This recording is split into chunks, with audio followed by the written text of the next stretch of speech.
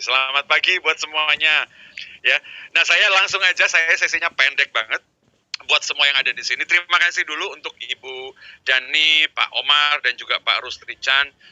Kesempatannya saya hadir bersama semua orang-orang hebat yang ada di ruangan ini. Ya, berapa ribu ini sudah sekitar 3.000 lebih. Selamat pagi semuanya, selamat pagi. Nah, saya akan ngomong mengenai resilient. Jadi bagaimana tadi di sisa waktu Anda punya daya tempur yang luar biasa yang akan bersama-sama dalam ruangan ini. Saya thank you sekali lagi untuk kehadiran Anda semua. Dan izinkan saya kurang lebih 1 jam plus nanti ada tanya jawab untuk bersama Anda dalam ruangan ini. Nah, buat semuanya langsung aja ketik saya dulu. Bagi yang ingin jadi profesional yang tangguh banget dan terutama key-nya konsisten, ketik saya langsung. Konsisten, ini penting banget. Karena kalau dari tadi bicara achieve goal, consistent is the key. Konsisten itu adalah key. Mau capai apa enggak, mau bulan ini, mau besok, Anda bilang sulit apa enggak, pokoknya konsisten aja. Konsisten aja. Pokoknya tangguh dan konsisten. Terima kasih. Wah, ini jebol hari ini Zoom kita ini. Ini berapa ribu orang ketik saya jebol ini. Nah, oke, thank you. Nah, saya punya 3 hal, selama kurang lebih sebelum nanti ada kesempatan untuk Q&A. Saya punya 3 hal yang ingin saya sampaikan. Yang pertama itu adalah fokus tadi. Dari tadi saya dengar kata fokus. Nah, ini yang ingin saya sampaikan juga, power of focus dan gimana sebetulnya Anda membangun fokus dan kalaupun ada gangguan seperti apa gangguannya, gitu ya. Kenapa kita meleng? Kenapa kita jadi nggak fokus ya? Terus yang kedua, kongruensi sama yang namanya resilient. Ini buat yang ada di sini. Saya tahu Anda dalam ruangan ini begitu keluar selesai dalam ruangan ini Anda terbakar. Ya siapapun tadi yang sudah menjadi speaker nanti juga mungkin akan setelah ini pasti akan berhasil memberikan pencerahan buat Anda semua. Tetapi semuanya itu percuma kalau Anda tidak kongruen. Nanti saya akan bicara kongruensi itu apa sih dan bagaimana caranya itu membantu Anda untuk finish the year very strong. Ya gimana caranya? Ya. Terus ada satu lagi yang namanya one foot on the door. Nah, ini khusus semua yang ingin disiplin. Saya tidak bicara, one foot on the door ini sebenarnya sebuah teknik jualan. Teknik jualan ini, karena kalau Anda ingin, ada orang yang tadi, bagaimana sih Pak jamin supaya saya closing? Bagaimana sih kalau saya ketemu orang jaminan supaya closing? Mari saya katakan zaman sekarang nggak ada kayak begitu. Nah, yang namanya one foot on the door adalah Anda harus mulai dari yang small, pelan-pelan hubungan itu tidak langsung Anda berharap closing. Kadang-kadang kita suatu target yang besar itu yang menakutkan buat kita. Padahal sebetulnya intinya bukan target yang besar, tetapi adalah strategi kecil-kecil yang Anda mulai dan Anda lakukan itu loh. Yang akhirnya justru bisa closing besar di akhir tahun nanti. Nah ini yang namanya one foot on the door. So ini kurang lebih tiga hal ini yang ingin saya sampaikan khususnya membantu Anda supaya win your goal di 2022. Waktu yang tersisa ini, oke? Nah, ada 3 orang, ada 3 pertanyaan yang saya pilih. Kemarin sudah sempat saya umumkan, saya akan memilih 3 pertanyaan dan ini adalah 3 pertanyaan yang terpilih yang akan dapat buku nih. Ya, dapat buku dari saya. Jadi 3 pertanyaan ini nantinya saya akan bacakan di sini. Pertanyaan yang masuk bagus-bagus. Saya pilih 3 pertanyaan yang saya tahu relevan banget dengan yang ingin saya sampaikan di sini. Jadi namanya akan saya langsung bacakan plus pertanyaannya. Pertanyaan pertama ini dari Liliana Hakim. Jadi kalau nama Anda dibaca, nanti Anda akan langsung dikontak untuk Anda kirimkan bukunya. Buku terbaru dari saya yang belum ada di toko buku loh. Yeay. Yang belum ada di toko buku terbaru. Terutama bagi Anda yang ingin optimis, closing the year. Ya, pertanyaannya dari Liliana begini, bagaimana caranya agar bisa mengubah perasaan pesimis menjadi optimis untuk mencapai goal yang tampaknya masih sangat jauh dari target dan rasanya sudah mau menyerah? Ini banyak banget saya yakin yang nanya pertanyaan kayak begini, terutama yang merasa masih jauh banget. Gimana sih? Nah ini dari Liliana Hakim. Saya akan bacakan dulu langsung 3 pertanyaan ya, 3 pertanyaan. Jadi congratulations untuk Liliana Hakim. Nah pertanyaan kedua dari Hadi Syarif. Gimana caranya mempertahankan motivasi diri tetap tinggi, terus untuk meraih personal goal yang telah kita set? So, ini pertanyaan yang kedua dari Hadi Syarif. So, congratulations juga untuk pertanyaan ini. Nanti saya akan jawab sekalian dengan satu hal yang paling penting. Itu adalah one foot on the door tadi. Nah, pertanyaan yang ketiga. Ini dari Wendy Wijaya. Ini agak panjang, tetapi relevan dan relate banget. Ini bagi semuanya saya kira ini relate banget loh. Ya. Banyak di dalam tim saya yang merasa bahwa sukses itu harus, oke? Dan mereka juga punya banyak banget motivasi untuk ortu, anak, dan lain-lain. Tapi ini. Pada kenyataannya susah untuk bergerak. Padahal rajin ikut kelas, rajin konsultasi dengan leader. Gimana hal ini bisa terjadi dan gimana solusinya? Ini dari Wendy Wijaya. Oke, ya jadi ada 3 pertanyaan ini, jadi semuanya tiga-tiganya ini nanti congratulations. Ini pertanyaan yang saya pilih, yang lain juga bagus-bagus. Saya pilih yang paling relevan dengan pesan yang mau saya sampaikan saat ini. So tiga-tiganya nanti akan dikirimkan buku kepada alamat Anda, nantinya akan dihubungi. Oke, nah sekarang sebelum saya jawab, saya mau anda saya kasih kuis ini. Saya pernah kasih kuis ini sebelumnya, tapi saya minta Anda ketik rame-rame jawaban Anda di kolom chat. Menurut Anda apa jawabannya kira-kira? Coba langsung aja ketik A, B, C atau D menurut Anda. Yang paling penting menurut Anda di era pandemi sekarang yang nggak pasti ini, kira-kira yang mana yang paling penting? Coba, saya pengen tahu aja, pengen tahu. Coba pengen tahu. Wah ini nih jebol ini Zoom. Ini jawab 3.000 orang langsung chat ya. Oke, ini jebol semua ini nih. Oke, siap. A, B, C, D. Nah, semuanya ini penting lah ya. Saya sampaikan dulu, semuanya ini penting. Anda butuh percaya diri, determinasi, keberanian, optimisme. Anda butuh semua. Tapi ini pertanyaannya, di era pandemi, terutama orang-orang yang punya jiwa entrepreneur itu, wirausaha itu loh, bisnis, dagang, marketing, sales. Kira-kira yang paling penting yang mana? Langsung aja saya jawab. Terima kasih buat semuanya. Amazing. Jawabannya masih mengalir. Langsung saya jawab semuanya. Jawabannya adalah determinasi. Jawabannya determinasi. Nah, determinasi adalah jawabannya. Perhatikan. Saya bilang tadi semua ini penting, ya. Semua ini penting, para profesional yang ada di sini semua itu. Nah, apa itu determinasi dari Grace? Apa itu determinasi? Nah, begini, kalau Anda mulai, Anda punya percaya diri pasti. Anda ingin percaya diri. Setelah ini keluar selesai, wah pede banget, terbakar tadi. Terakhir dengan presentasi Pak Raymond aja saya pengen join itu. Luar biasa itu. Nah itu kalau dekat-dekat Pak Raymond tadi kayaknya muncrat-muncrat Pak Raymondnya tadi itu. Kayaknya luar biasa sekali, semangat sekali itu. Semua punya optimisme, semua punya percaya diri, semua punya keberanian. Tetapi ada satu poin yang paling penting adalah saat Anda mulai ketemu kesulitan, bukan? Begitu Anda sudah mulai lihat, oh semangat nih, seminggu kemudian sudah mulai, oh my God, nggak achieve, oh my God, nggak berhasil rekrut orang ini, nggak jadi join, oh my God semuanya. Oh my God, dari hari ke hari itu, disitulah determinasi itu penting banget. Saat Anda tahu, susah pun maju aja. Saat Anda tahu bahwa tidak mungkin pun Anda tetap jalan, itu yang dimaksud dengan determinasi. Anda punya determinasi yang sebegitu kuat, nggak ada yang bisa nahan Anda itu. Nah, Anda punya optimisme kadang-kadang cuma di awal, Anda punya keberanian kadang-kadang di awal. Nah, sekarang Anda butuh determinasi ini untuk keep going. Nah, sekarang tadi pertanyaannya, masih jauh Pak target di akhir tahun. Keep going, Anda butuh determinasi. Optimisme Anda kadang-kadang, makanya orang bilang kadang-kadang seminar motivasi itu tidak awet karena Anda cuma mengandalkan optimisme, feeling yang Anda dapatkan setelah Anda keluar dari ruangan ini. Tetapi begitu Anda sudah mulai ketemu kesulitan, sekarang determinasi akan bermain peranan penting. Nah, sekarang saya jawab pertanyaan dari 3 pertanyaan tadi. Ini buat semua yang ada di sini, saya ilustrasikan begini. Kalau Anda lihat ke depan, kita punya otak dan punya badan. Tapi ini problemnya, otak dan badan kita itu sering misah loh. Sering misah nih. Misalnya begini nih, ini saya yakin semua di sini punya otak pasti dan punya badan semuanya. Tetapi saya mau Anda just in case, Anda kira-kira di antara 2 ini yang Anda ikutin yang mana? Pernah kan orang bilang, kamu tuh harus berpikir positif, berpikir positif. Kamu berpikir positif itu adanya di mana? Coba semua. Berpikir positif di otak atau di badan kira-kira? Oh, dia bilang di otak, that's great. Berarti ya benar banget itu di otak. Yes. Di otak itu benar banget itu di otak. Kalau Anda bilang berpikir positif itu di otak, of course. Tetapi ini problemnya. Anda berpikir positif. Feelingnya negatif. Karena manusia lupa bahwa otak sama badan itu harus connect. Pikiran itu, Anda mikirkan semua nih tadi. Semua program-program, saya pengen capai ini, saya ingin bisa ini, saya ingin dapat ini. Itu semua pikiran. Tetapi yang Anda lupa, yang akan melakukan semua itu adalah badan, bukan? Badan. Yang akan melakukan semua itu tuh badan. Ya kan badan ini. Kalau Anda bilang ini badan, berarti Anda lihat perasaan Anda sekarang akan berperan di sini. Nah, ini kekeliruan kita semua nih. Perhatikan, saya gambarkan ilustrasi ini. Pikiran sama perasaan itu tidak selalu menyatu. Dan kalau Anda pernah join di sesi saya yang berbeda, pikiran dan badan kalau nyatu, baru kita itu mudah untuk sukses, mempermudah jalan kita. Tahu yang kita lakukan sekarang adalah nunggu perasaannya oke. Yang Anda sebut tunggu motivasi itu loh. Nunggu motivasi, feeling good, baru Anda jalan. Tetapi ini sayangnya, ada banyak orang di dalam ruangan ini yang pikirannya positif banget.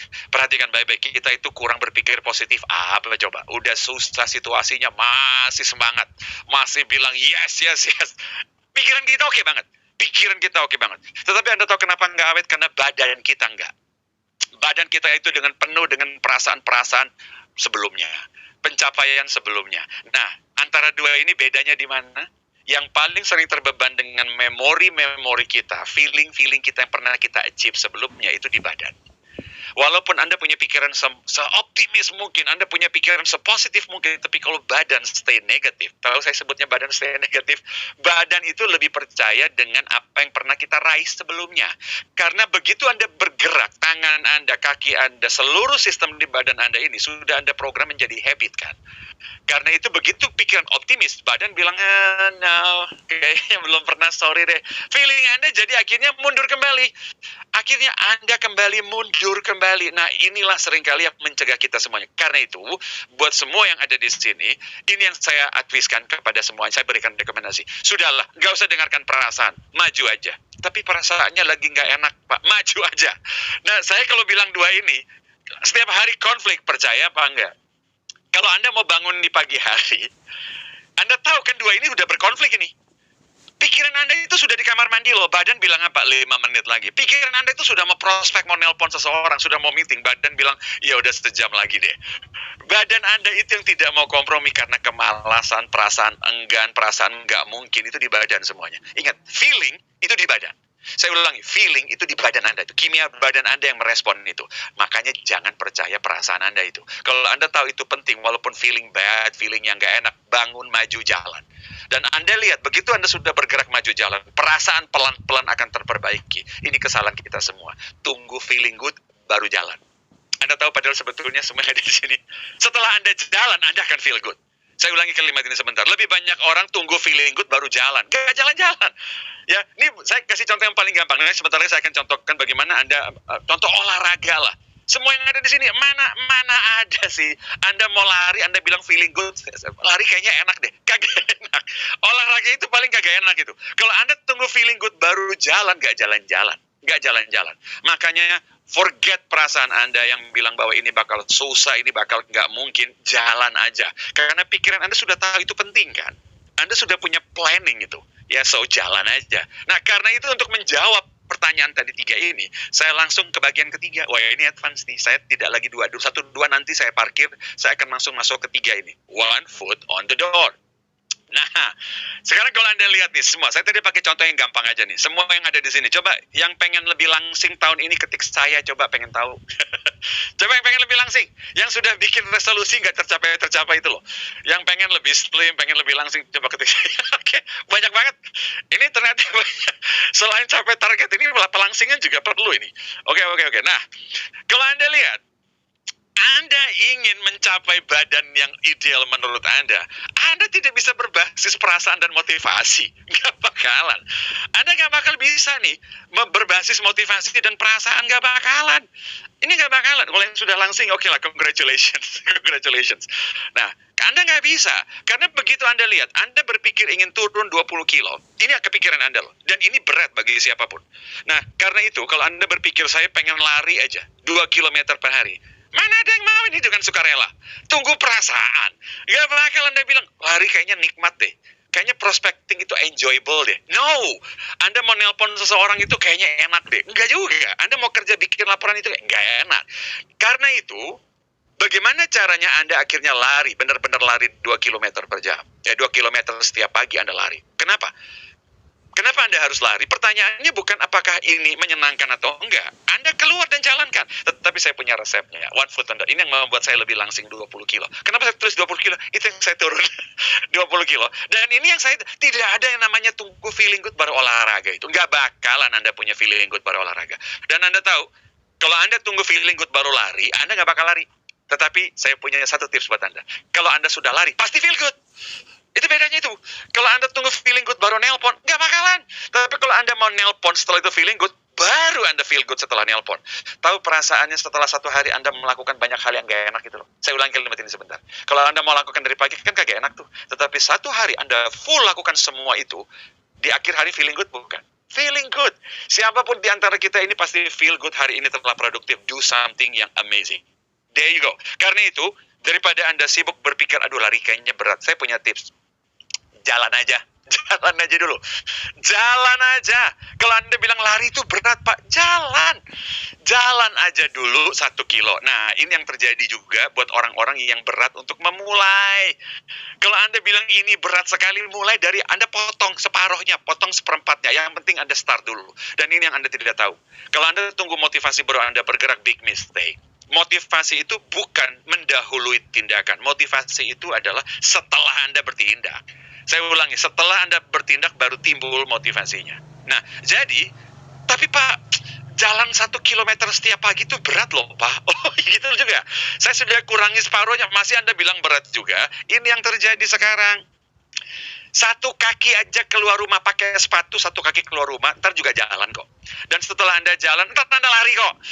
Dan ini yang namanya motivasi yang sebenarnya. Motivasi yang sebenarnya itu adalah Anda 1 kaki jejelin jalan, pasti bergerak nantinya. Tetapi kalau Anda tunggu full, feeling good, baru Anda bergerak, it never gonna happen.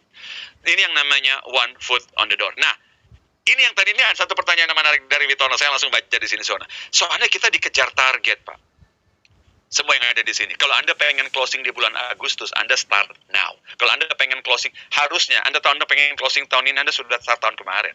Karena yang Anda sebut sekarang namanya marketing, jualan, recruiting, atau apapun sifatnya, ini saya sampaikan langsung, perhatikan. Coba Anda lihat semua ke depan.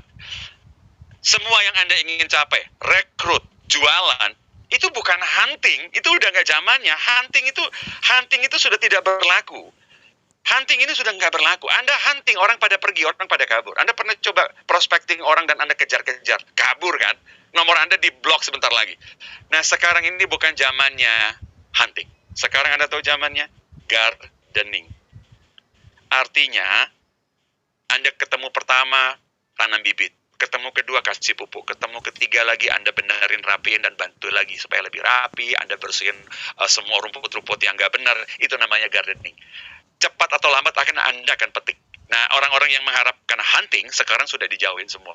Coba yang ada dalam ruangan ini, coba Anda telepon aja, saya penjual asuransi. Pada senang terima atau pada langsung tutup teleponnya? Nggak semuanya kita di welcome. Tetapi kalau Anda, ini semua, jangankan kita yang jualan asuransi ini, salesman apapun.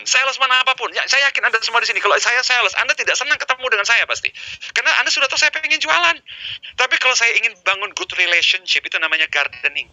Gardening namanya. Jadi tidak usah berharap, Pak saya dikejar target. Ya mulainya sebelum Anda ketemu dia. Mulai bahkan sebelum Anda sudah mulai prospek. Itu sudah mulai. Anda pelan-pelan sudah mulai, itu namanya gardening. Saya kasih Anda tips langsung itu. Ya, ini gardening namanya. So, begini caranya. Dan kalau Anda sedang ketinggalan, Anda mau berpikir mendahului pelari paling depan, habis perasaan Anda. Motivasi Anda nggak bakal muncul itu. Anda sedang ketinggalan paling belakang, 10% paling belakang, 30% paling belakang. Anda mau yang lihat yang paling depan, nggak bakalan. Tetapi sekarang kalau Anda lagi pikir nih, bagaimana caranya saya capai garis finish? Sekarang saya berada 10% paling belakang ini. Kalau Anda berpikir seperti itu, Anda akan merasa terlalu jauh. Dan tadi Anda benar, Anda butuh motivasi besar. Anda butuh feeling good. Sebab Anda merasa sisa tahun ini saya masih jauh banget. Karena itu saya bilang, lupakan perasaan, lupakan semua motivasi Anda. Yang penting Anda 1 kaki jauh jalan, 1 kaki jalan. Jadi forget yang namanya feeling. Aduh, berat. Feeling itu mengganggu Anda karena semua feeling. Saya tadi kemarin barusan ngomong dengan seorang sahabat saya, pebisnis soalnya. Anda tahu kenapa saya senang ngomong sama pebisnis? Pebisnis ngomongin mengenai masa depan. Nah, sementara Anda bicara feeling itu datang dari masa lalu semuanya.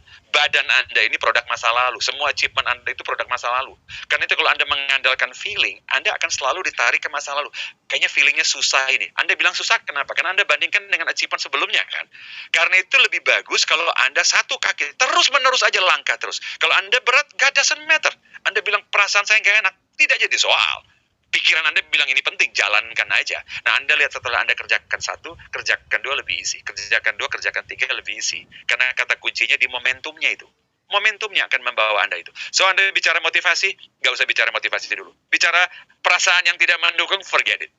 Anda mau bicara target masih jauh, forget it. Karena yang paling penting sekarang adalah semua lakukan aja. Lakukan aja. Satu langkah, Anda lanjutkan, lanjut, seperti itu. Itu aja. Jadi one foot on the door, itu maksudnya adalah Anda tidak usah lihat yang paling besar itu. Anda lihat saya perlu ngapain hari ini, itu aja. Saya perlu ngapain besok, itu aja yang Anda lihat. Ya, rencana saya hari ini ngapain 1, 2, 3, 4, itu aja yang perlu fokus Anda ke sana doang. Itu namanya one foot on the door. Jadi bukan Anda lihat, waduh kayaknya masih jauh banget. Kalau Anda naik treadmill, ini buat semuanya yang ada di sini. Kalau Anda naik treadmill, setiap kali Anda naik treadmill mau olahraga, Anda bilang turun 20 kilo, nggak bakal naik. Jauh. Anda bilang gila, ini turun 20 kilo masih jauh, Bo.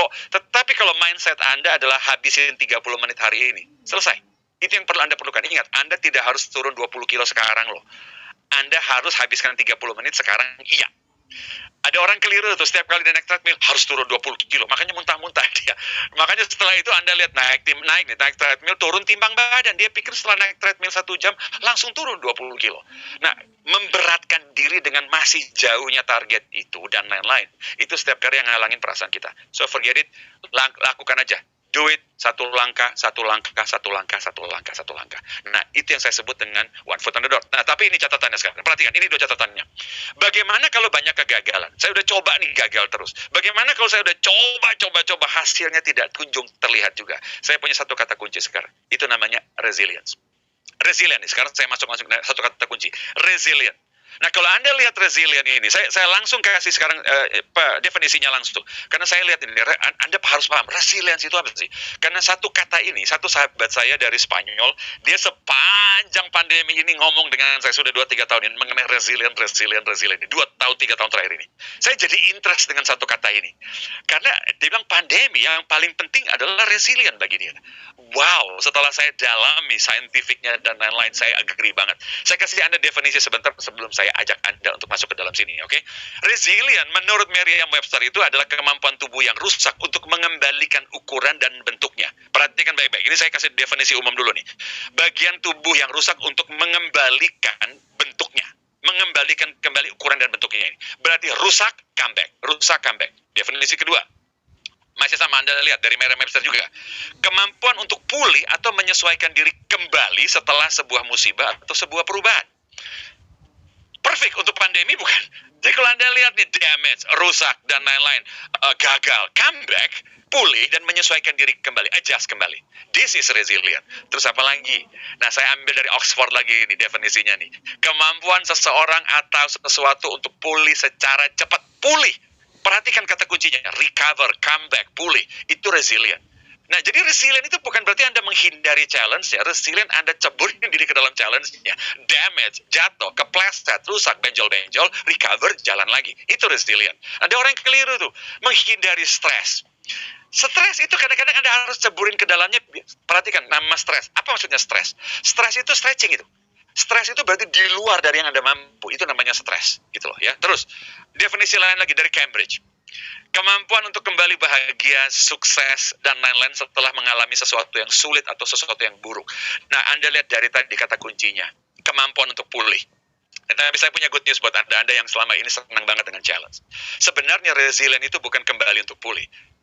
Tetapi kemampuan bukan cuma untuk pulih, tetapi untuk get better, jadi lebih strong. Nah, itu adalah yang namanya resilient. Nah, buat semua yang ada di sini, otak dan badan kita ini punya kemiripan. Semakin Anda pakai, semakin dia kuat. Semakin Anda sering pakai, semakin dia fit. Nah, sekarang saya pakai, kalau yang ini terutama kalau Anda sudah pernah ikut saya jelaskan ini, let me remind you of this. Bagi Anda yang sedang senang berolahraga, let's say, ini semua yang ada di sini, Anda ambil sebuah challenge, Anda punya target di akhir tahun, Anda pengen bisa ngangkat, let's say, dumbbell, barbell, let's say 100 kilo, Anda pengen bisa ngangkat. Sekarang, boro-boro 100, mungkin 50 juga Anda nggak sanggup. Tetapi ini yang Anda lakukan nih, demi menarik perhatian mungkin cewek-cewek, cowok-cowok yang di gym, Anda paksakan diri, ngangkat 50 sekarang. Ya, Anda angkat ini. Begitu Anda angkat 50, ototnya sobek gitu, walaupun cuma mau bergaya-bergaya. Terutama yang sudah 40 tahun ke atas. Begitu Anda tahu otot Anda sobek-sobek dan ngilu Anda nggak hilang-hilang 3 hari lah. Nah, perhatikan ini yang terjadi sekarang. Begitu Anda angkat sesuatu di luar kemampuan Anda, otot Anda akan damage, sobek. Tetapi inilah manusia. Dengan berbagai keagungan kita, hasil ciptaan yang luar biasa ini. Begitu damage muscle terjadi pada diri Anda tahu yang Anda lakukan, Anda istirahat bukan? Anda rest. Begitu Anda istirahat, Anda rest, take a break, mungkin 1-2 hari, karena Anda tahu dari mana otot-otot sobek, ngilu-ngilunya nggak hilang-hilang. Nah, badan Anda recover. Protein yang masuk itu menjahit kembali setiap otot Anda, dia mulai sel-sel baru lahir kembali. Yang berarti begitu Anda take a break, Anda resting, sekarang yang terjadi Anda recover. Anda recover. Tetapi saya punya great news. Otak dan badan bekerja seperti ini. Kalau Anda ngangkat 50 dan Anda shock, ternyata Anda tidak sanggup mengangkat 50, otot Anda sobek. Nah, sekarang ini yang terjadi.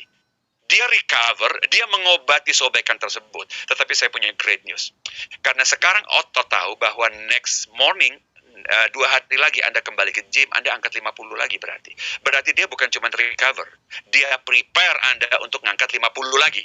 Saya ulangi kalimat ini sebentar. Inilah kepintaran otak sama badan manusia ini. Kalau dia tahu Anda akan next menghadapi beban yang sama, challenge yang sama persis, dia bukan cuma recover dari kegagalan itu loh. Dia pulih, terus dia prepare. Yang berarti sekarang dia getting stronger. Nah, besok Anda angkat lagi 50, sobek lagi dia. Karena mungkin Anda belum terbiasa, sobek lagi. Tetapi Anda resting lagi, dia recover, dia getting stronger lagi, dia prepare lagi. Sampai suatu titik di mana 50, it's a habit for you. That is resilience. Nah, bagi orang-orang yang nggak mengerti, begitu dia ngangkat 50, gagal, dia bilang apa? Bukan gue banget 50 deh. Dia stop. Kalau Anda stop, Anda cuma recover, Anda tidak getting stronger. Resilient itu adalah begitu Anda tahu itu sulit, Anda gagal, Anda jatuh, Anda kepleset, Anda recover, Anda jalan lagi. Itu baru terjadi resilient, itu baru terjadi Anda stronger. Nah, hanya dengan begitu di akhir tahun Anda bisa ngangkat 100. Tetapi Anda tidak boleh stop. Ingat, segala sesuatu yang Anda ingin capai di akhir tahun, di luar dari kemampuan rata-rata Anda yang normal. Betul kan? Coba Anda pikirkan yang Anda ingin achieve di akhir tahun itu. Semua itu di luar rata-rata memori badan kita ini loh. Badan kita tidak punya memori pernah achieve itu. Makanya kita feelingnya bad. Kita feelingnya bad ini. Gitu loh. Karena itu kita setiap kali mau maju harapan motivasi, forget it. Anda tidak akan feeling good mengenai itu. Ketangguhan dibangun dari terus maju, terus lihat. Jadi kalau Anda punya 2 story, saat Anda bilang, oke, saya mau one foot on the door, mulai aja Pak, terus yang penting mulai, saya forget feeling. Tetapi bagaimana kalau hasilnya tidak achieve? Bagaimana kalau saya gagal melulu? Inilah yang terjadi sama Anda. Setiap kali Anda fail, Anda recover. Anda gagal, Anda recover. Yang penting Anda maju terus. Yang stop, tidak will getting stronger. Hanya recover doang. Saya ulangi, kalau Anda stop, Anda hanya recover. Anda tidak getting stronger. Kayak gitu. Ya, so, that is number 1. Number 3, one foot on the door. Nah, saya akan sekarang kembali ke yang pertama lagi, ya. Nah, bagi yang ada pertanyaan, ada Q&A nanti setelah di sesi akhir nanti, setelah 1 jam, saya bicara, ya kayaknya mungkin sekitar masih ada 30 menit. Saya akan kasih kesempatan nanti untuk host MC kita yang luar biasa untuk nanti ngobrol bersama saya, ya. So, thank you, nantinya yang ada pertanyaan nanti saya akan hold dulu, ya. So, mudah-mudahan 3 pertanyaan tadi terjawab, mudah-mudahan, ya. Jadi ingat, kalau Anda bilang bahwa kenapa sih sudah begitu banyak ikut seminar, sudah begitu banyak ikut coaching, ya termasuk saya udah ngerti harus ngapain, motivasi supaya konsisten dan lain-lain, saya bilang forget it. Yang perlu, kita tidak kurang motivasi. Ya, semua yang ada di sini, Bapak Ibu, para profesional semua, para agent, para leader, kita itu tidak kurang motivasi. Anda buka sosmed tiap hari, Anda dibombardir oleh motivasi. Anda bangun tidur lihat anak juga, Anda tidak kurang itu. Ya, siapa sih yang di era pandemi ini masih mau berusaha walaupun tahu semuanya sulit? Kita nggak kurang motivasi. Anda tahu yang kita kurang bertindak, udah, kita kurang bangunnya jalan. Anda tidak kurang motivasi, Anda kurang bertindak. Kita itu kelebihan motivasi sebelumnya.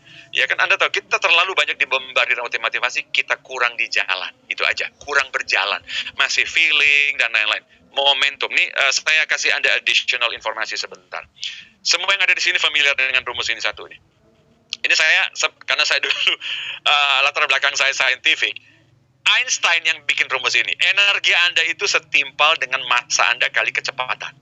Ya, dan kalau Anda lihat rumus ini sederhana, berarti energi Anda ini sangat-sangat tergantung dari seberapa cepat Anda bergerak. Nah, kalau C-nya ini 0, mohon maaf, energi Anda juga 0. Jadi kalau Anda nggak ngapa-ngapain, energinya dapat dari mana? Ada orang tunggu energi baru dia bergerak. Saya punya explanation. Badan Anda ini menyimpan potensi energi yang luar biasa. Saya ulangi, potensi energi yang sudah ada di badan kita. Anda tidak perlu nunggu, karena begitu Anda bergerak dengan C-nya 1, E1, C2, E4. Semakin Anda bergerak, semakin energi Anda membesar. Tahu namanya apa? Semua yang ada di sini itu bernama momentum. Momentum. Jadi sebetulnya yang membuat Anda termotivasi itu adalah bukan motivasi tapi momentum. Momentum yang carry you. Saya ulangi tadi satu statement saya dari awal, saya katakan ini. Jangan pernah lagi tunggu feeling good baru Anda bergerak. Karena feeling good itu sebetulnya end produknya juga. Setelah Anda bergerak, Anda feeling good nantinya. Jadi sambil jalan itulah feeling good. Perasaan bahwa I do something yang berguna banget. Saya do something yang very important. Feeling good datang dari situ, bukan at the start. Seringkali saya bilang hal-hal yang pahit, yang tidak enak itu Anda tidak bisa berharap feeling good baru jalan. Hal-hal yang pahit dan susah dan sulit, sambil Anda lakukan itulah feeling good-nya timbul, atau segera setelah Anda lakukan di akhir hari itu feeling good-nya baru timbul. Bukan saat Anda mulai. Feeling good itu forget it. Yeah, just go ahead and do it. Nah, jadi Anda yang selama ini tunggu feeling good, nggak usah tunggu lagi. Jalan aja, oke? Nah, sekarang saya kembali yang pertama, power. The power of focus. Saya kembali. Jadi nomor 3 saya udah bahas sekarang. Nah, ini buat semuanya yang ada di sini. Saya sampaikan DNA ini dulu. Antara emosi Anda, antara kognisi, berpikiran Anda itu dengan fisik Anda semuanya interconnected. Jadi tidak ada yang berdiri sendiri. Saya mau Anda anggap semuanya ini persis seperti sebuah konektivitas Wi-Fi. Yang pasti bahwa ini yang tidak dikira oleh begitu banyak orang. Untuk Anda bisa resilient dan Anda fokus, satu hal yang paling tidak dijaga oleh kita semua adalah satu ini, fisik. Anda tidak jaga fisik. Padahal sebetulnya kalau Anda pengen fokus, fisik Anda itu harus fit. Saya ulangi. Sebab fokus itu butuh energi yang besar. Saya ulangi, disiplin, fokus itu butuh energi yang besar. Sebab itu di luar habit Anda itu. Habit Anda tidak butuh energi. Yang baru ketemu saya sekarang, terutama yang baru ketemu saya sekarang. Kalau Anda lihat pola nih, Anda sudah pernah dengar alam sadar sama alam bawah sadar manusia. Anda sering kali seminar dengar dua kata itu. Nah, saya split, yang gampang begini aja deh, karena saya ingin semuanya menggunakan bahasa yang lebih mudah bersama saya. Saya langsung bilang aja, sistem 1 dan sistem 2 yang sering kali saya sebut nih. 1 itu Anda anggap aja habit Anda sehari-hari, habit, cara Anda bangun tidur pagi. Dan 2, ini impian Anda itu loh, goal Anda itu loh. Goal Anda itu belum jadi habit loh itu. Makanya Anda butuh kayak gini, asupan, disentil, provokasi, dikritik. Karena goal Anda itu bukan habit Anda. Setiap tahun kan goal Anda baru itu.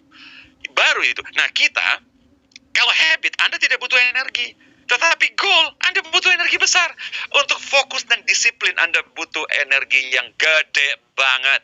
Nah, karena itu pula saya mau ngingatin, seandainya belum ada yang ngingatin Anda ini. Jaga fisik baik-baik. Karena kalau fisik Anda amburadul, kognisi Anda juga akan amburadul. Anda susah untuk mikir. Ya coba sekali-sekali Anda lagi hari itu kurang tidur. Ya, terus Anda hari itu pokoknya fisiknya yang lagi lemot banget. Terus tiba-tiba, prospek dong. Rekrut dong. Marah-marah kan, sensi kan Anda. Sensi itu. Jadi kalau Anda mau berusaha bahwa, tolong dong, saya pengen kalau bisa saya bisa berpikir jernih, dapat ide yang bagus dan lain-lain. Jaga fisik, salah satunya. Jaga fisik itu. Emosi Anda juga akan amburadul kalau fisik Anda. Jangan begitu Anda fisiknya tidak bagus, semua yang ada di sini, langsung saja yang akan terjadi adalah emosi Anda yang akan ambil alih. Survival instinct Anda. Anda akan protect diri, Anda akan berusaha usir semua yang lain. Oke, so jaga fisik baik-baik, tidur yang cukup, ya. Ini terutama yang masih muda-muda yang punya istilahnya YOLO, FOMO, ya you only live once Pak. Kalau begitu harus di-enjoy. Enggak, you live every day, you only die once. You live every day. Apaan you only live once? You live every day, you die once. Terus yang FOMO, fear of missing out. Iya Pak, saya tuh kurang tidur Pak, setiap malam kurang istirahat. Kenapa Bapak tahu Pak? Karena saya ini banyak kerja dan prospek. Alah, tidurnya cuma 5-6 jam satu malam, itu bukan prospecting, bukan rekrut. Kalau Anda benar-benar tidur 5 jam, benar-benar cuma 5 jam, 19 jamnya itu recruiting prospecting, Anda udah luar biasa suksesnya itu. Ini kan enggak, chatting aja, TikTokan aja, sosmed aja, Netflix aja, lalu bilang kerja setengah mati. Kita kurang istirahat, tidak jaga fisik. Tidak jaga fisik, ya semua yang ada di sini. Anda tidak jaga fisik dengan baik. So, jaga fisik baik-baik. Begitu fisik Anda bagus, kognisi Anda juga akan bagus. Kognisi Anda itu bagus pasti. Oke? Nah, dengan begitu, Anda lebih bisa fokus dan berdaya juang. Semua itu ada di fisik Anda. Fokus itu butuh fisik Anda untuk fit. Kalau fisik Anda tidak fit, Anda susah untuk fokus. Itu garanti, saya garanti Anda itu. Karena fokus akan menggunakan belahan sistem dua. Sistem di mana Anda harus think. Dengan sengaja mengarahkan atensi Anda, itu fokus. Fokus itu dengan sengaja. Saya ucapkan ini. Fokus itu harus Anda lakukan dengan sengaja. Fokus itu nggak otomatis. Dengan sengaja. Karena Anda harus fokus dan disiplin ke hal-hal yang memang tidak menyenangkan untuk dilakukan. Kalau menyenangkan, Anda tidak butuh sengaja mengalihkan fokus Anda itu. Karena ini Anda tahu sulit. Apalagi semua perasaan Anda melawan itu. Anda butuh fokus. Dan itu butuh power. Anda butuh power. Bahkan yang besar sekali. So, jaga fisik baik-baik, olahraga, dan lain-lain. Nanti saya sampaikan beberapa tips untuk Anda nambah gitu ya. So, ini 3 ini interrelated. Jadi kalau Anda selama ini merasa emosi saya, perasaan saya feel not good, emosi saya mood swing, bla bla bla, bukan cuma motivasi, seminar motivasi yang Anda butuh. Bukan cuma itu. Anda butuh jaga fisik. Anda butuh jaga fisik. Karena fisik Anda begitu fit, yang lainnya terbantu banget. Terbantu banget. Fisik Anda fit, yang lainnya akan terbantu banget. Gitu loh ya. Jadi tidak semuanya masalah mental dan lain-lain. Nah, sekarang. Saya kasih Anda sesuatu yang istilah yang sangat-sangat ini. Shiny object syndrome namanya. Saya tahu ini istilah yang sering kali dipakai oleh para pakar khususnya untuk segala hal yang distracted yang membuat kita akhirnya tidak fokus. Kehilangan apa ya? Kita tergoda untuk keluar dari jalur adalah shiny object syndrome.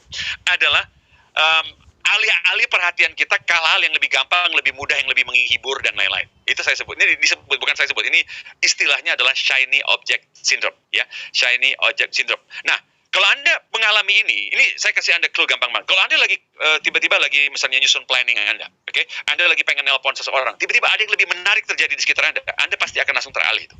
Dan yang lebih menarik, ya yang lebih gampang, tidak perlu mikir, tidak perlu fokus, tidak perlu disiplin, itu semuanya shiny object. Shiny object. Ya, intinya gini lah. Oh, TikTok katanya. Boleh. Shiny object itu. Dan itu kan sangat adiktif shiny object ini. Nah, kalau Anda lihat shiny object ini, kenapa dia berhasil mengambil atensi perhatian kita? Semua yang ada di sini, sebab yang Anda lakukan itu sulit. Sebab semua yang Anda lakukan itu challenging banget. Sebab semua yang Anda lakukan itu mungkin tidak menyenangkan dan melawan semua mungkin pemikiran-pemikiran Anda sehubungan dengan kemungkinan bisa mencapai apa enggak. Karena itu, shiny object itu sangat menggoda. Nah, karena belum jadi habit. Absolutely, Gunawan. Nanti saya akan jelaskan. That's a good line. Karena belum jadi habit. Absolutely. Nah, Anda lagi kerja. Coba bayangkan begini aja sebentar. Anda lagi prepare. Anda lagi browsing. Anda lagi lihat di sosmed. Anda pengen prospecting. Anda ingin networking. Anda ingin rekrut. Ya, ini yang terjadi sekarang. Tiba-tiba Anda kepikiran target tahun ini. Anda sudah mulai kepikiran lagi, masih jauh nih, berat ya. Pikiran Anda sudah bilang, aduh targetnya kejauhan. Nah, pikiran kita ini Bapak dan Ibu, semua bagi Anda yang mungkin sudah sering belajar mengenai pikiran manusia, pikiran ini lompat-lompatnya cepat sekali kalau Anda tidak belajar untuk fokus. Jadi kalau Anda tidak berhasil tahan atensi Anda, tadi saya bilang salah satu persyaratannya fisik Anda fit. Ya, fisik Anda fit, menahan atensi dengan penuh energi itu jauh lebih dimungkinkan daripada fisik Anda kalau lagi nggak fit. So, tiba-tiba Anda tergoda nih. Begitu lagi rencana-rencana, tiba-tiba ada aja suara-suara godain dalam kepala Anda yang bilang, tapi kan justru susah, masih jauh. Mana mungkin. Nah, setelah ini muncul, perasaannya sudah mulai nggak enak, bukan? Iya ya, masih jauh ya. Ini baru masih sisa 6 bulan lagi, udah nggak mungkin kayaknya. Begitu sekarang perasaan ini muncul, semua yang ada di sini, bukankah sekarang Anda lebih gampang tergoda untuk shiny object? Shiny object. Shiny object. Nah, begitu muncul sekarang shiny object. Ya udah deh, harus hibur diri dulu. Buka TikTok. Langsung sosmed, langsung chatting. Tidak terasa 3 jam kemudian Anda sudah lelah bahkan untuk prospek, untuk rekrut. Ini yang saya sebut dengan shiny object. Dan kita di sekitar kita ini, shiny object itu banyak banget. Teman-teman yang bilang, nongkrong yuk, shiny object. Nah, tiba-tiba Anda lihat di sosial media, shiny object. Anda sesuatu, marketplace, jualan ini itu shiny object. Anda lihat tiba-tiba makanan shiny object. Apapun di sekitar Anda yang distracted, sebut aja itu sebagai shiny object. Yang kinclong, yang berkilau itu. Yang lewat tidak mungkin Anda bisa miss. Nah, itu namanya shiny object. Nah, tetapi kalau Anda bilang saya menderita ini, ada obatnya? Ada obatnya. Kalau saya menderita, kita semua mengalami ini once in a while. Once in a while, semua kita akan mengalami ini. Ya, coba sekarang misalnya saya kasih Anda contoh ya. Saya kasih Anda contoh sebentar. Coba ini semua yang ada di sini. Coba semua Anda fokuskan perhatian Anda ke layar sebentar. Fokuskan perhatian Anda ke layar sebentar contohnya. Fokuskan perhatian ke layar sebentar aja. Saya nggak bakal memainkan ilusi, bukan. Coba, usahakan Anda berusaha untuk tidak terdistrak, tidak terganggu oleh apapun yang Anda lihat maupun suara misalnya. Coba usahakan ya, oke? Kita mulai. Anda nggak mungkin nggak dengar barusan suara itu kan? Nggak mungkin kan? Nah, ada suara tertentu yang suara besar, sesuatu yang berkilau di mata, suara yang besar banget, yang akan otomatis mengalihkan pandangan Anda itu. Otomatis akan mengganggu. Kita dikelilingi oleh kayak begitu setiap hari. Nah, buat yang belum tahu, setiap hari otak Anda itu kemasukan lewat indera, mata, telinga itu 400 juta bit informasi. Yang mampu dia proses itu cuma sekian, ya, cuma 400 bit. Pelan dia, tetapi kecepatan yang masuk itu overload. Karena itu shiny object ini, kalau Anda tidak hati-hati, Anda tidak akan bisa fokus. Anda tidak. Nah, caranya gimana kalau begitu saya pengen fokus? Caranya gimana sih? Saya punya tips untuk Anda. Ada 2 sumber atensi Anda. Jadi begitu Anda mau mengalihkan, atensi Anda itu biasanya akan punya 2 arah ini. Yang pertama tentu saja yang Anda sudah tahu, internal.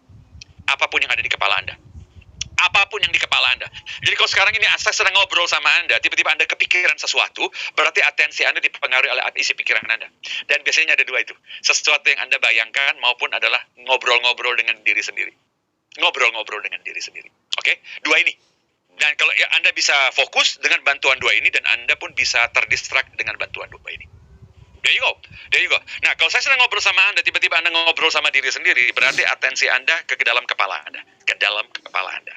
Nah, yang kedua sekarang sumber atensi Anda. Saya mau fokus kemana, Pak? Ya kan? Target Anda ada di kepala Anda loh. Target Anda itu ada di kepala Anda. Oke, saya ulangi. Target Anda itu ada di kepala Anda. Nah, sekarang badan Anda ini menyimpan memori yang berbeda dari target Anda. Jadi kalau misalnya Anda lebih percaya perasaan Anda dibanding pemikiran Anda tidak akan ikut atensi ini. Anda akan percaya badan Anda soalnya. Anda percaya feeling. Kayaknya feeling lagi nggak enak nih hari ini, nggak usah prospek kali ya. Nah, Anda tahu badan Anda ini persuasif. Dia paling jago jualan. Badan Anda ini paling jago jualan. Begitu Anda mau lakukan sesuatu, badan Anda bilang apa? Sudahlah. Besok aja, kamu udah lagi capek kan, kamu lagi nggak fit kan, besok aja ya, badan itu. Dan otak bilang apa? Oke.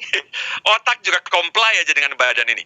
Tetapi kalau Anda punya atensi tinggi di kepala Anda tahu caranya menjaga atensi Anda, gangguan badan tidak akan terjadi, sebab Anda lebih fokus sekarang. Nah, fokus yang kedua, atensi Anda yang kedua itu adalah eksternal. Apa yang Anda baca, yang Anda lihat, yang Anda dengar, kayak tadi yang Anda alami, itu adalah atensi Anda yang kedua. Nah, ini pertanyaan saya untuk Anda, buat semua yang ada di sini. Yang lebih banyak bisa mengganggu Anda yang mana kira-kira? Coba Anda pikirkan sebentar. Nah, yang lebih banyak bisa mengganggu Anda itu internal atau eksternal Anda kira-kira? Yang distracting for you. Ya, distracting. Nah, ada yang bilang nih, saya lihat banyak yang eksternal dan yang bilang internal pula. Yes, ada yang internal, ada yang internal. Tergantung sekarang. Kalau internal Anda itu adalah fokus untuk prospek, rekrut, dan achieve goal Anda tahun ini, bagus kan? Kalau di sekitar Anda, kalau eksternal Anda itu yang Anda lihat tiap hari teman-teman yang giat, yang optimis, yang terus kerja keras, bagus. Atensi Anda ke mereka, Anda ikut. Tetapi kalau atensi Anda ke eksternal itu yang cuma hiburan doang, yang lain-lain, oh my God, celaka itu. Nah, ini kalau ada satu kajian. Kalau ada yang senang sekali dengan kajian, ini ada yang riset dan lain-lain.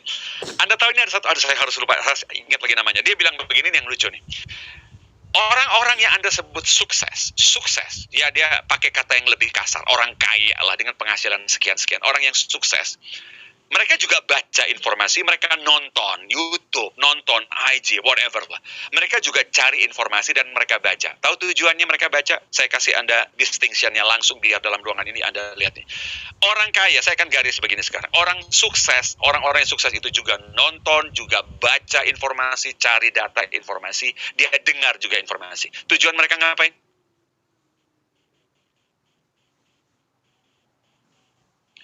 Tujuan mereka edukasi diri supaya mereka lebih sukses lagi, supaya mereka lebih kaya lagi. Tapi setelah itu Anda lihat dia begitu tarik garis yang dilakukan oleh orang yang tidak sukses, yang dia kasih kata kasar, orang-orang dia sebut miskin.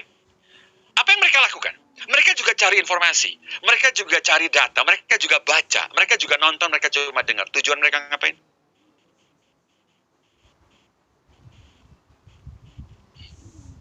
Hiburan. Karena itu, semua yang ada di sini, tidak heran yang di atas makin ke atas, yang di bawah makin ke bawah itu. Yang satu sukses makin pengen sukses, yang di bawah makin menghibur diri. Anda cari hiburannya tiap hari, mata Anda shiny objeknya hiburan. Bukannya edukasi, hiburan. Nah, yang kalau Anda lihat harusnya terbalik loh. Yang sudah sukses cari hiburan. Malah yang tidak sukses harusnya cari edukasi. Ini terbalik. Yang sukses cari edukasi supaya lebih sukses. Yang tidak sukses cari hiburan. Nggak tahu mau hibur diri untuk apa itu. So, saya kasih Anda gambar ini biar Anda bisa lihat bahwa eksternal faktor dan internal faktor yang mempengaruhi atensi Anda setiap hari seperti apa. Anda bisa pengaruhi internal Anda, bisa banget. Caranya gimana sih? Otak Anda itu aktif memikirkan ide setiap detik, setiap menit.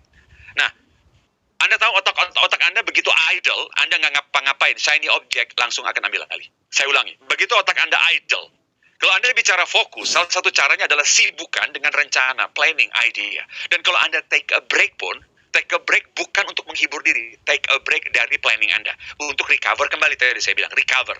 Jadi ada orang yang take a break, benar-benar dia take a break, setelah itu ditinggalkan semua planning dan idenya dia. Ini tips saya, kalau Anda mau supaya internal Anda itu kontrol fokusnya tinggi, selalu sibukkan dengan pikirkan ide, planning, solusi dari masalah-masalah yang Anda hadapi. Itu number one, sibukkan otak Anda dengan, biasakan otak Anda seperti itu.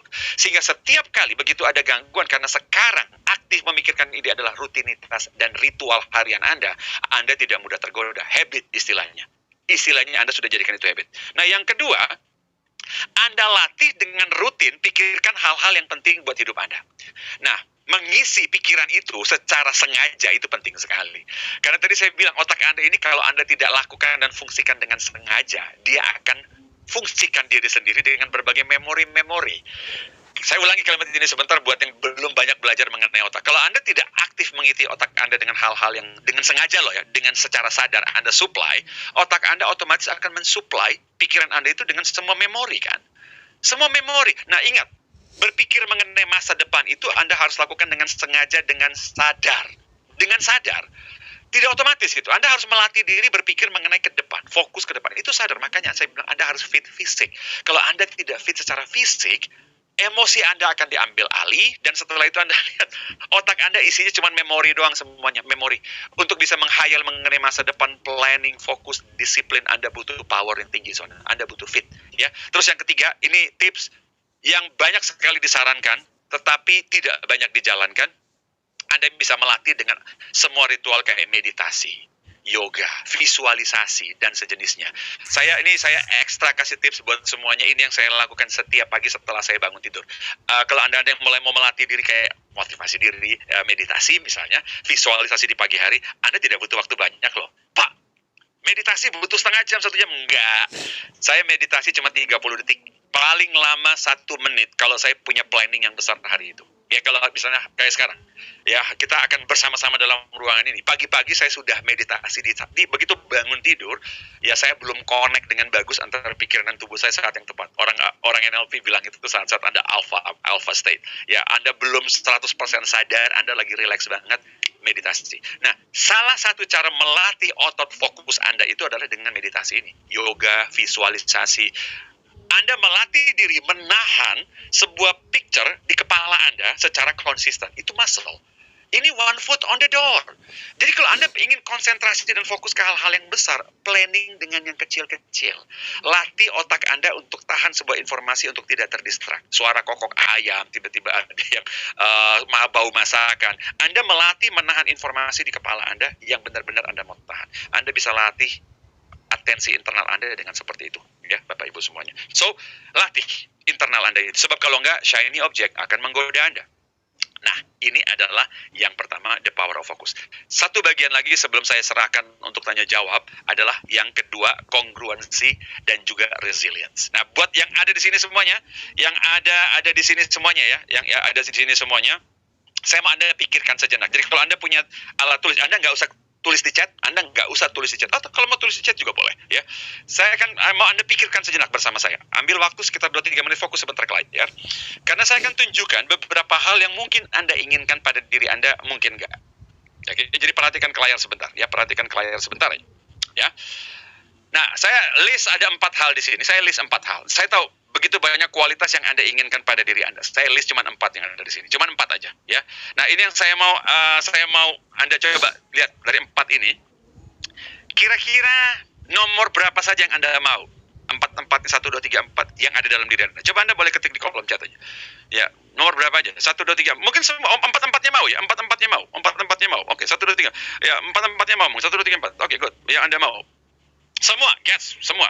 Oke, semua. Saya nggak bilang bahwa sudah ada apa nggak. Saya mau yang mana yang menurut Anda mau nih semuanya. Semuanya, bilang semuanya. Oke, great. Anda mau semuanya, great.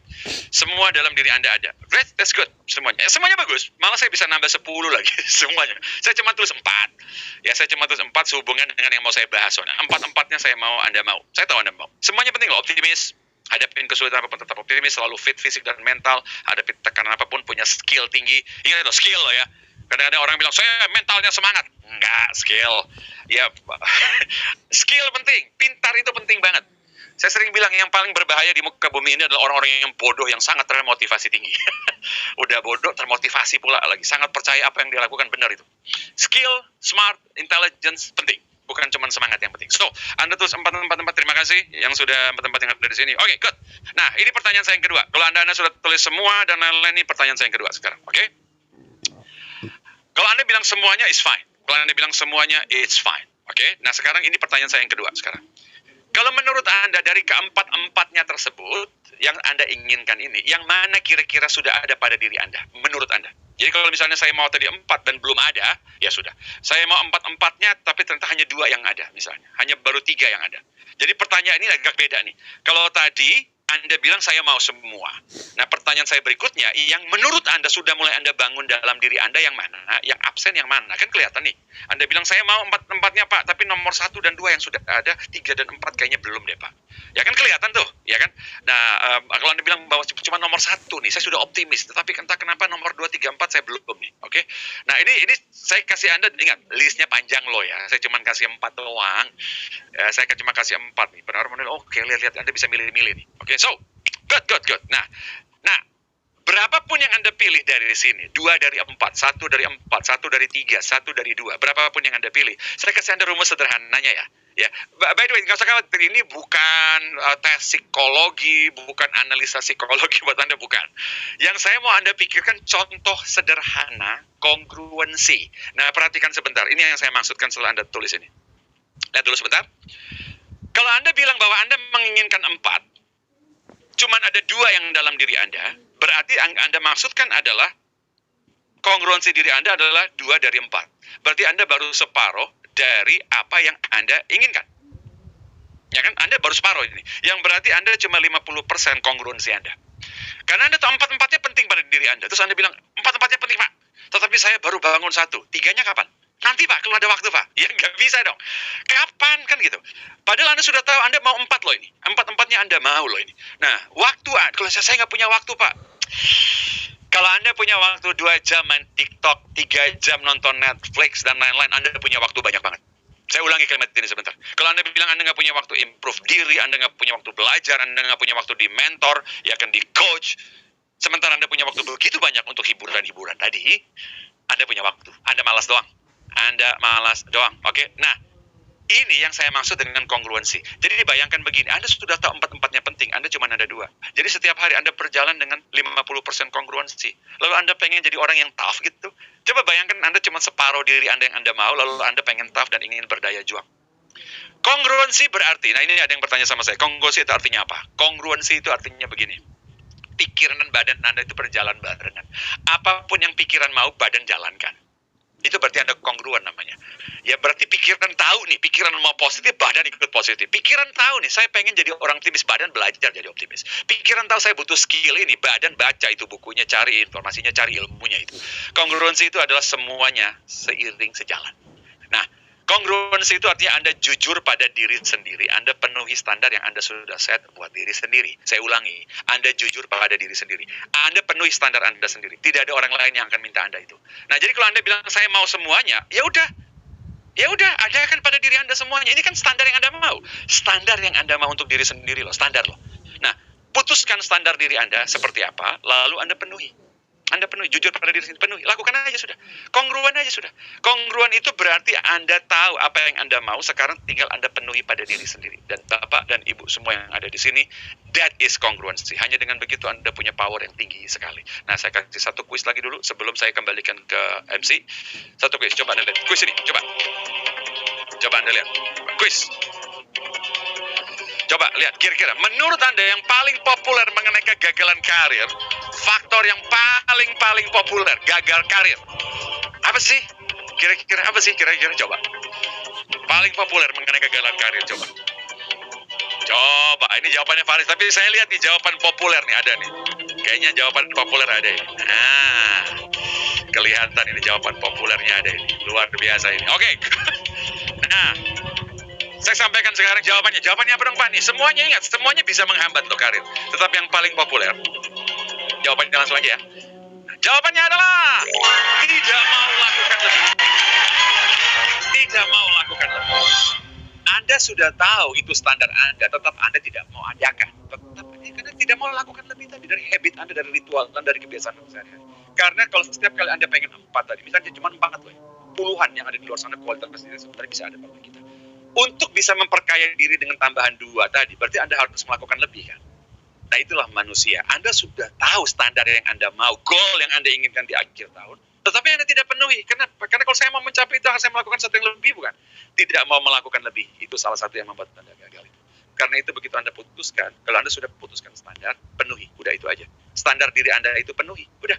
Dan dengan situ baru Anda kongruan namanya. So, tentukan target pribadi Anda, penuhi. Itu kongruan. Jadi tidak ada tawar-menawar sama sekali di situ.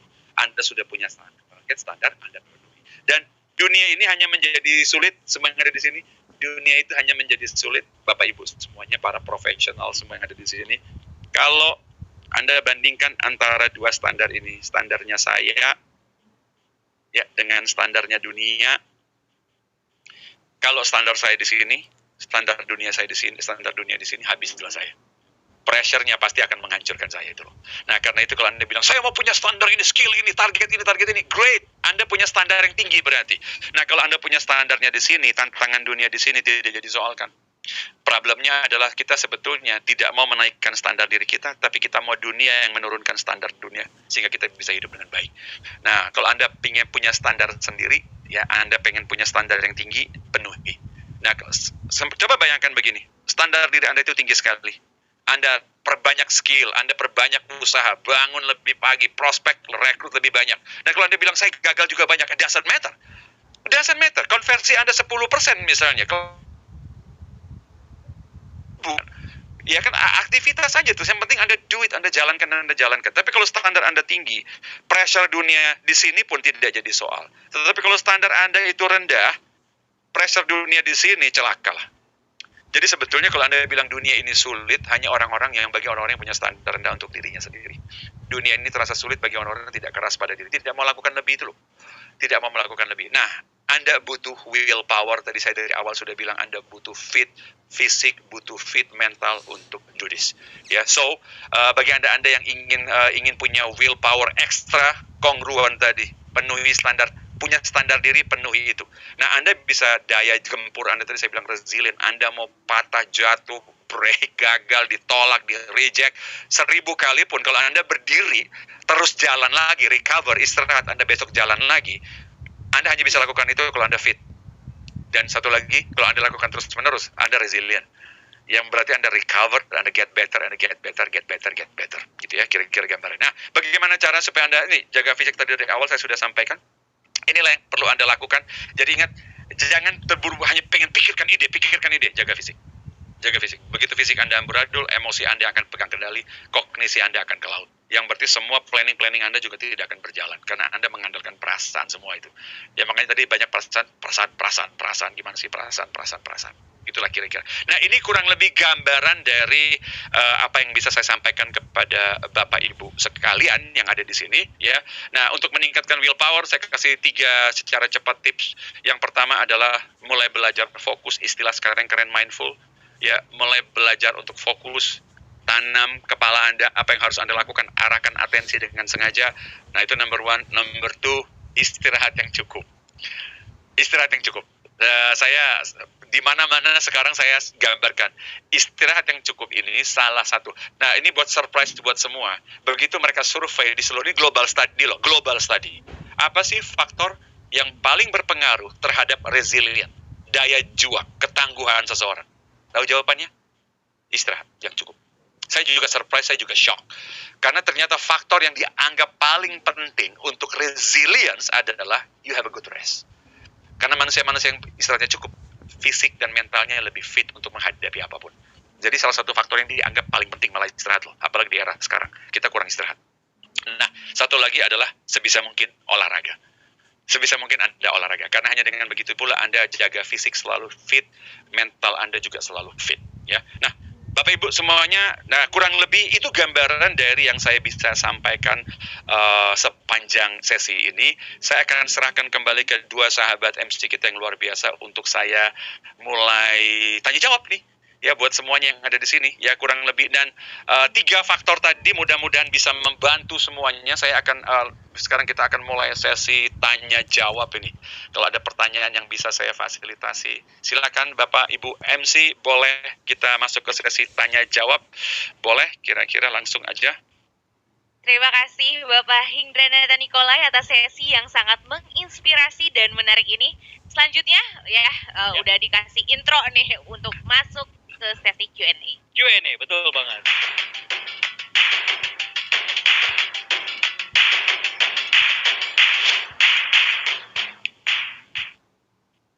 Baik, saat ini Pak Hing sudah siap untuk menjawab semua pertanyaan dari Bapak Ibu sekalian, dan memang sudah ada beberapa pertanyaan yang masuk ya Asri.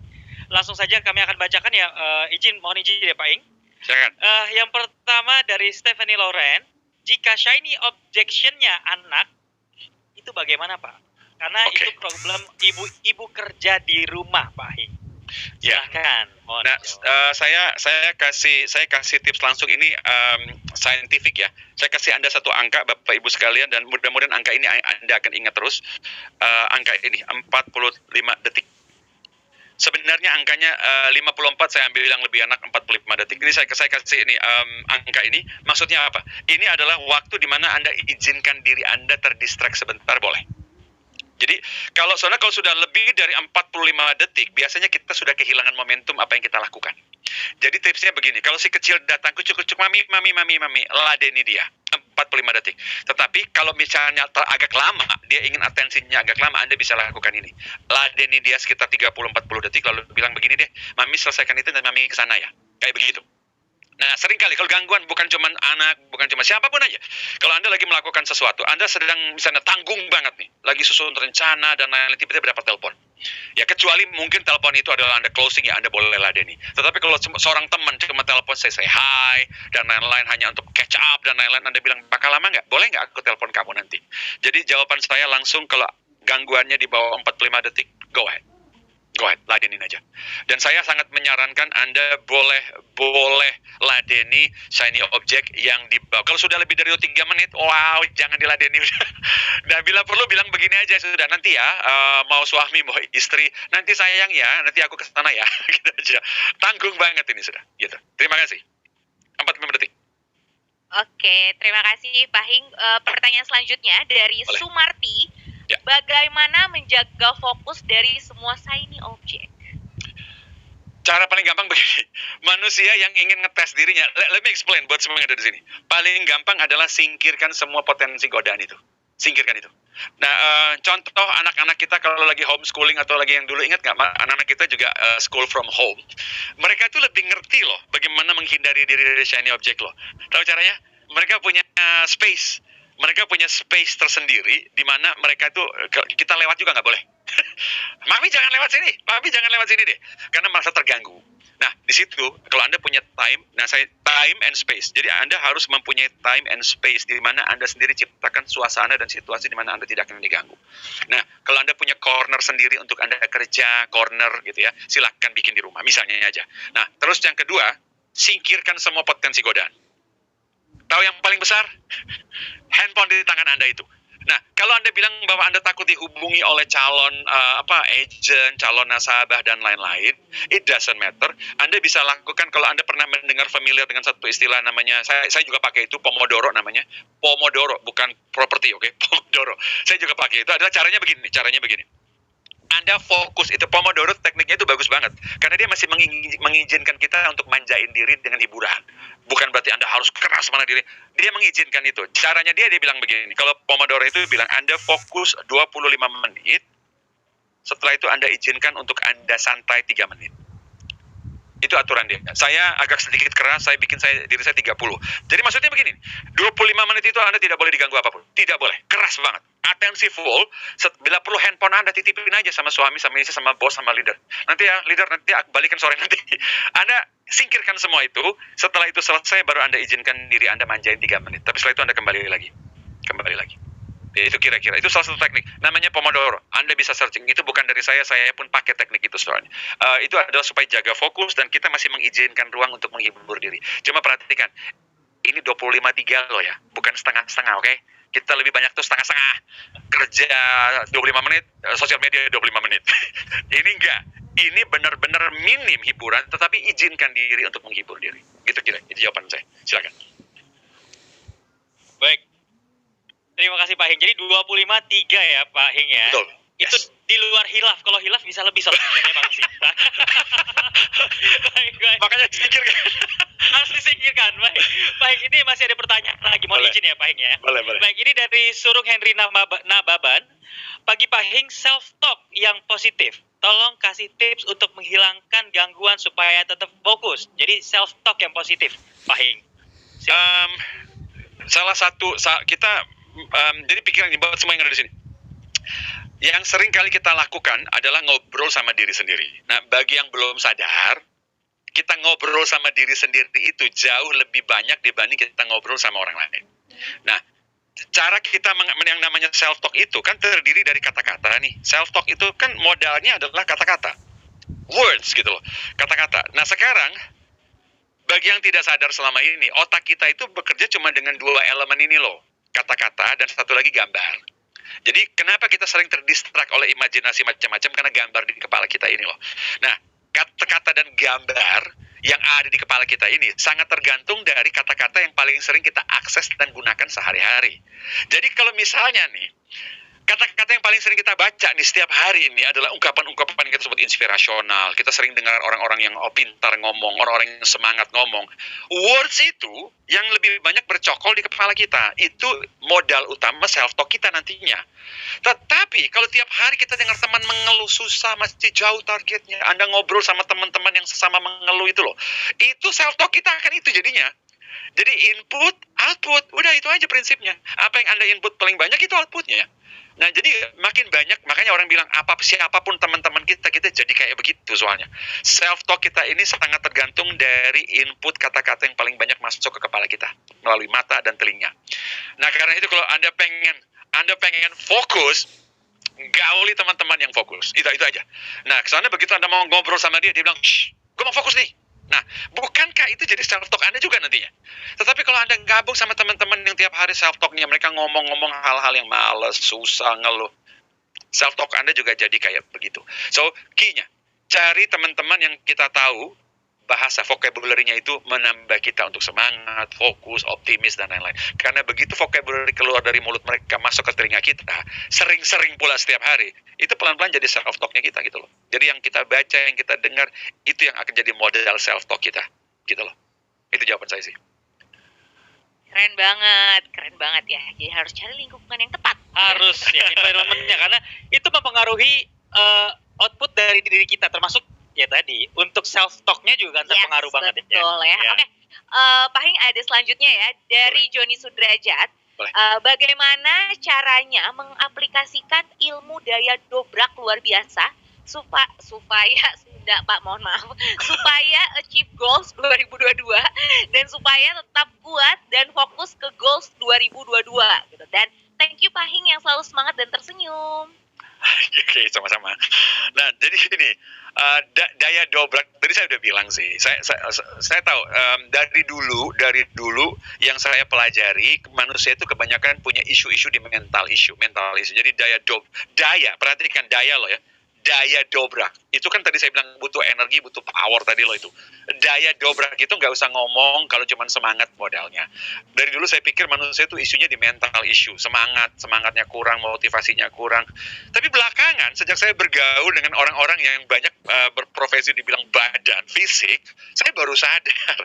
Kita ini terlalu pusing dengan masalah motivasi, terlalu pusing dengan masalah mental, kita lupa bahwa faktor yang sangat berpengaruh terhadap daya dobrak kita itu fisik gitu loh.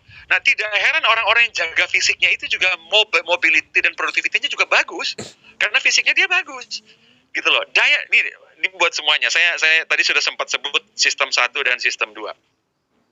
Kalau Anda pengen gempur winning your goal di tahun 2022 ini, goal Anda itu berada di sebelah 2. Goal Anda berada di sini loh.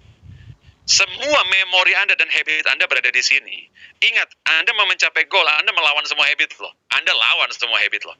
Makanya Anda butuh sistem 2. Dan sistem 2 itu butuh power yang besar. Sistem 1 nggak butuh power. Habit Anda itu tidak butuh power. Nah, saya pakai ilustrasi sederhana buat Anda yang ada di sini. Coba. Kalau saya minta sama Anda kalkulasi 2 kali 2, Anda tidak butuh power yang besar untuk jawab 4. Saya tanya Anda, ibu kota Indonesia, ibu Jakarta, itu tidak butuh power itu. Bahkan untuk tarik informasinya pun otomatis. Anda tidak butuh energi besar itu. Tetapi kalau saya tanya sama Anda, 25.312 bagi 3.017, untuk menghitung itu Anda butuh power. Nah, ini yang namanya sistem 2. Nah, Anda harus think, Anda harus do, Anda harus disiplin, Anda harus resilient. Karena goal Anda ini, saya mohon maaf langsung di depan, Anda butuh power yang besar. Daya dobrak Anda itu tidak dari habit. Daya dobrak Anda itu dari fisik Anda yang fit, mental Anda yang fit. Gitu loh. Jadi bagi saya sih, kalau Anda selama ini bilang saya kurang motivasi, menurut saya, Anda dan saya tidak kurang motivasinya. Nggak kurang. Yang hadir dalam ruangan ini, Anda butuh motivasi yang besar untuk bisa tune in sampai saat ini loh. Sampai sekarang ini loh. 3.000 orang. Anda sudah sangat termotivasi loh. Tapi kalau Anda lepas selesai dari sini, Anda bubar di luar, Anda mulai duduk lesu lagi. Menurut saya itu bukan masalah motivasi itu. Feeling Anda amburadul karena fisik Anda amburadul. Jadi kombinasi antara dua daya dobrak. Pikiran Anda sudah tahu, sudah punya goal yang Anda ingin capai di akhir 2022. Badan Anda sudah harus bekerja sama itu. Mau pikiran sepositif apapun. Badan negatif, useless. Thinking big, feeling small, useless. Anda thinking bisa big apapun loh, feeling Anda small. Karena badan Anda tidak mengizinkan itu. Kembali ke habit lagi, kembali ke habit lagi, kembali ke habit lagi. Itu jawaban saya. Ya, jaga fisik. Jaga fisik itu yang utama ya Pak Hing ya. Baik. Ini ada pertanyaan berikutnya dari Christine. Mumpung lagi bersama-sama dengan Pak Hing, jadi ada beberapa pertanyaan dan mungkin ini pertanyaan keempat ya. Nanti ada mungkin last question lagi setelah ini Pak Hing. Boleh. Ini dari atas nama Christine. Yes. Bagaimana cara agar tiap saat itu konsisten Pak Hing, menarik energi positif sehingga setiap bertemu calon nasabah dan calon agen mereka langsung tertarik untuk join. Ini langsung konkret banget nih, langsung ke bisnis nih. Ingin membuat calon agennya tertarik. Ini energi positifnya gimana tuh? Biar konsisten, Pak. Saya dulu semenjak jadi sales, I was a bad salesman. Di era 90 door to door, I was a bad salesman. Kenapa? Karena saya percaya banget dengan benefit produk saya yang saya tawarkan. Saya percaya sekali dengan semua kelebihan produk yang saya tawarkan kepada mereka semua. Nah, sekarang setelah saya akhirnya mulai mengerti bahwa sebenarnya Anda tidak menjual produk, Anda menjual diri kan sebetulnya. Anda sudah sering dengar itulah sebenarnya. Yang Anda jual itu kan diri Anda yang Anda bawa ini loh. Ya, dengan semua, tadi kenapa saya bilang saya kasih komplimen buat Pak Didi dengan Pak Raymond. Begitu ngomong, saya dengar aja saya pengen ke Miami loh Pak Didi. Saya dengar Pak Raymond. Karena kalau Anda ngomong dengan power, Anda ngomong dengan percaya, itu bagus. That's it. Ya kan, modal Anda persuasi dengan siapapun adalah saya juga beli, saya juga hidup dari sini loh. Dan kalaupun saya punya duit lebih banyak, saya akan borong 100 ini. Ya kan, karena itulah saya percaya banget dengan apa yang saya bawa. Ini bagus banget. Yang Anda jual itu adalah apa efek dari yang saya bawa ini ke saya, bukan ke mereka loh. Dan mereka akan melihat itu doang. Dunia ini sebetulnya adalah kita dikelilingi oleh mirror neuron tadi saya bilang. Orang-orang yang melihat kita, dia duplikasi diri kita di dalam diri dia. Jadi kalau Anda datang smile, Anda penuh energi, Anda percaya banget ini bagus buat mereka. Kenapa Anda percaya itu? Karena Anda tahu ini bagus buat saya loh. Saya udah pakai ini bagus banget buat saya. Nah, kalau Anda datang dan Anda tidak percaya ini bagus buat diri Anda nggak bakal bunyi. Anda nggak bakal bunyi. Ya. Tapi kalau Anda bilang ini bagus banget, orang tidak lihat produk lagi loh. Orang tidak lihat produk lagi. Orang lihat Anda aja. Kalau lu bilang bagus, gue beli deh. Jadi kadang-kadang karena orang lihat cara Anda present, cara Anda datang, cara Anda bikin friendly dengan mereka dan lain. Anda adalah contoh produk berjalan itu. Jadi Anda adalah representasi sebetulnya dari Bro, bukan produknya. You are. Karena itu nantinya bukan produk yang saya bawa adalah ini, bukan. Nanti dia bakal nanya apa saja yang kamu punya. Karena begitu I like you, apapun yang Anda punya, saya tertarik pasti. Tetapi kalau saya belum tertarik dengan itu, energi Anda kagak ada. Ya, kayak tadi saya pakai istilahnya. Kalau Anda ngomong itu nggak muncat-muncat ke saya, berarti Anda tahu, ini biasa aja itu. Harusnya begitu ngomong muncat-muncat, oh biasa aja dong Pak Didi, muncat-muncat ini ke saya. Karena saking semangatnya itu loh. Kepala kita bilang, kalau lu kagak beli, rugi. Kan gitu kan. Karena saya pun akan merasa rugi banget kalau saya nggak beli. Nah, itu caranya. Jadi, ucapan yang saya keluarkan dari mulut teknik menjual itu number 2. Itu number 2. Orang sering bilang itu duluan daya persuasi. Itu number 2. Number 1, daya influence dari saya, persona saya. Saya harus kawin dengan produk itu dulu. Saya harus kawin dengan Pro, baru saya bisa bawa ini ke dalam mereka. Mereka cuma lihat saya doang kok. Mereka cuma lihat saya. Itu sih saran dari saya. Diri kita. Ambil semua benefit itu, caplokin ke diri kita, rasakan benefitnya. Saya akan cerita mengenai saya bukan cerita mengenai produk, saya cerita mengenai saya. Nah, itu lebih mereka believable, dan itu lebih gampang untuk rekrut maupun Anda prospecting siapapun. Karena dia lihat dari Anda duluan lah, dia lihat dari kita. Itu sih saran saya sih. Percaya dulu bahwa itu bagus buat hidup saya. Gitu loh. Itu duluan, number 1. Mudah-mudahan menjawab. Thank you Pak Hing. Jadi yakin dan percaya sama Prudential tentunya ya. Betul banget. Oke, ini pertanyaan terakhir Pak Hing dari Jeffrey Hutahean. Pertanyaannya, bagaimana caranya menghilangkan pikiran negatif yang tiba-tiba muncul saat kita melakukan pekerjaan aturan nasabah mau tiba-tiba mau kepikiran kita negatif, akhirnya nasabah jadi nggak mau karena pikiran kita yang negatif tadi. Aturan nasabahnya mau, tiba-tiba jadi nggak mau gitu ya. Waduh. Gitu maksudnya ya. Baik. Bagaimana cara menghilangkan pikiran negatifnya ya Pak Hing? Gini, pertama-tama langsung saya bilang, kita tidak bisa menghilangkan itu. Kita nggak bisa menghilangkan. Yang paling bagus adalah kita akui dia muncul. Nah, ini salah satu teknik yang ini. Jadi banyak yang bertanya sama saya gini, cara supaya saya mengelola dengan baik berbagai pemikiran-pemikiran yang nggak benar, ketakutan dan lain-lain, bukan dengan menghilangkan. Anda dan saya tidak bisa menghilangkan pikiran-pikiran kayak begitu. Akan datang terus kok. Ya karena begitu Anda lihat sesuatu aja, Anda bisa, langsung Anda merasa berbeda. Anda dengar sesuatu aja, Anda merasa berbeda. Cara paling bagus, tadi sempat saya sebut untuk nambah willpower Anda itu dengan satu istilah yang sekarang lagi tren banget itu, mindful. Tahu teknik mindful? Begini aja. Begitu ada perasaan pikiran negatif yang datang kepada Anda, ini tidak Anda katakan. Itu kan self-talk kan? Yang ngobrol di kepala Anda kan? Anda langsung bilang begini aja, thank you. Tahu thank you-nya kenapa? Thank you sudah ingatkan saya. Tapi I'm gonna be fine. Itu aja. Jadi tidak usah dilawan, tidak usah dihilangkan, tidak usah coba digeser. Anda hanya mengakui dia datang. Dan ingat, anggap aja begini. Pikiran-pikiran kayak begitu anggap aja awan. Awan. Dia datang, dia lewat. Dia datang, dia lewat. Dia datang, dia lewat. Itu aja. Dia datang, dia lewat. Gitu aja. Jadi setiap kali pikiran datang bilang, oke, hanya acknowledge aja dia datang. Acknowledge. Ini seperti coba, kalau ada orang yang nyebelin banget.